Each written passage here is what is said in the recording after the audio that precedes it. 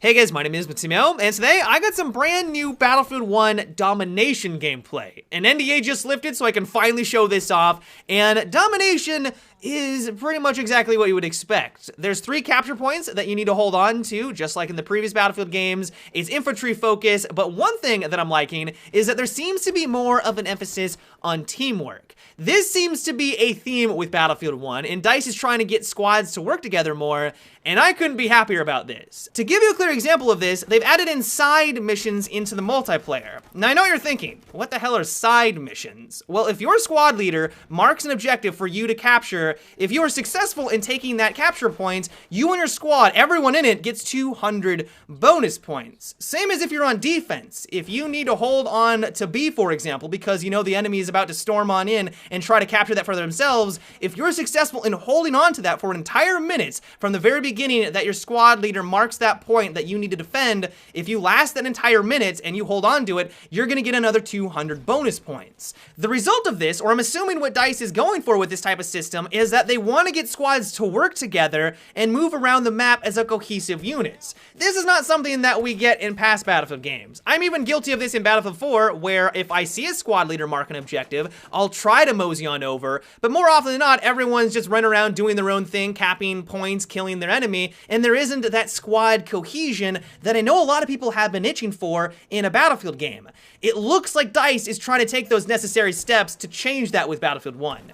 The one downside with this system though, and admittedly I'm kind of okay with it because hopefully people will learn that this is going to be an integral part of Battlefield 1, is that if your squad is worthless and they're doing their own thing, they refuse to work together, your squad leader isn't marking these objectives, you're going to have a hard time reaching the top of the scoreboard. Doesn't matter how good you are, doesn't matter how hard you're playing the objective, if you capture a point on Domination, for example, you only get like 25 bonus points. Very insignificant. If your squad leader marked that same objective, you get 200 bonus points. And so if another squad is doing those team-based actions and they're working together, they're going to completely outpace you in the point department, and I could see where that would be a little frustrating because you don't have much control over that. My hope is that people will realize that this is an important part about Battlefield 1 and it will get squads to work together. Even in the brief time that I played the game, I had incredible moments where we were all running around as a squad. I had no idea who my teammates were, we weren't over voice comms, but because they were starting to realize that this is an important part of the game,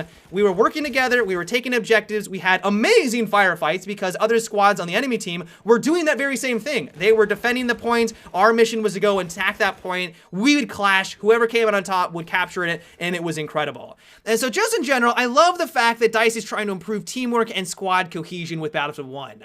Will this actually be the case when the game goes live? It's kind of hard to tell. Maybe the couple of people that I was running around with were the minority, maybe they were just team-oriented, and when the game does go live, everyone's gonna do their own thing like they do with Battlefield 4, but my hope is that with these subtle improvements, with these incentives, it will make for a better game.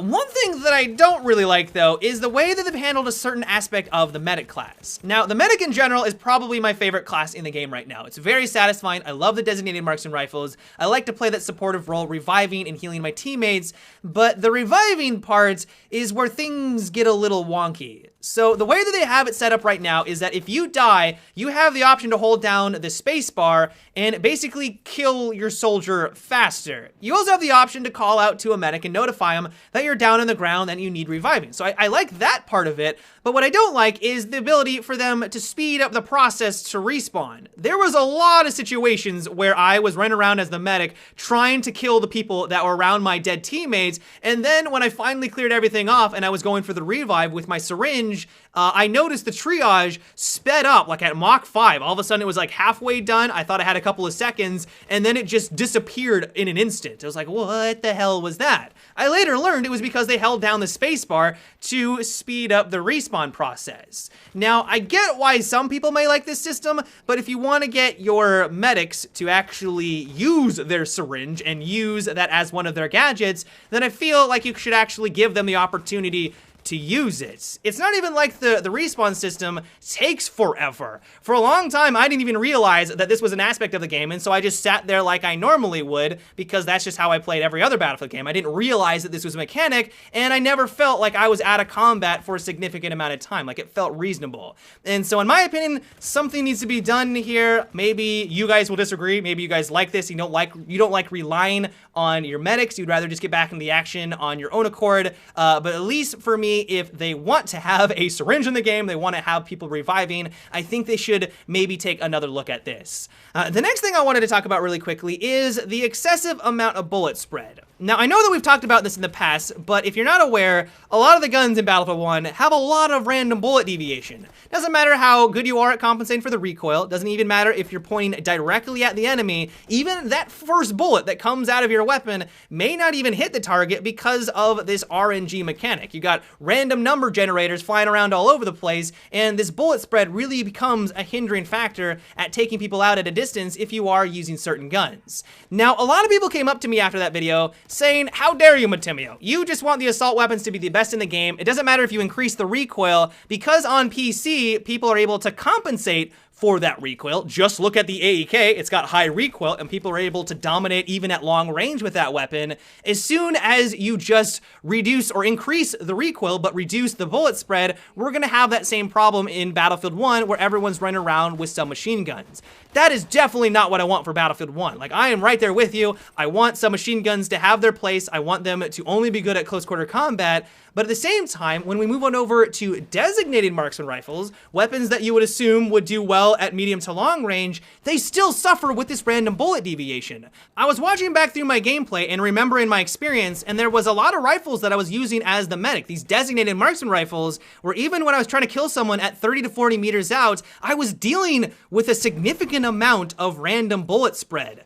It's not satisfying when you get a kill with these guns in those circumstances. It's like, yeah, I got the kill, which is cool, but it's not because I was accurate. It was not because I was compensating for the recoil. It's because I finally eventually got lucky with the weapon and eventually took them out. I just don't like that system. And so I guess the point that I'm trying to get across is that I'm hoping that DICE reevaluates the way that they balance out some of their guns, and there isn't such an emphasis on random bullet spread. I'm not trying to create, or I don't want a Battlefield where guns are all of a sudden outperforming others when they shouldn't. I want some machine guns to only do well up close. They should not do well at medium to long range, and I don't want them to. I don't want designated marksman rifles to outsnipe a bolt action rifle at long distance. Like, that's not what I want, but I do think that there are more satisfying and better ways at balancing out your guns in a first-person shooter than just adding in random bullet deviation. At least that's my 2 cents. But yeah, guys, that is about it for today's video. I hope you enjoyed the Battlefield 1 domination gameplay. Let me know what you thought about what I discussed. Do you love the fact that there's going to be more of an emphasis on teamwork in Battlefield 1? Do you love the new squad dynamic? Let me know down below. But yeah, guys, until tomorrow, have a good one, and take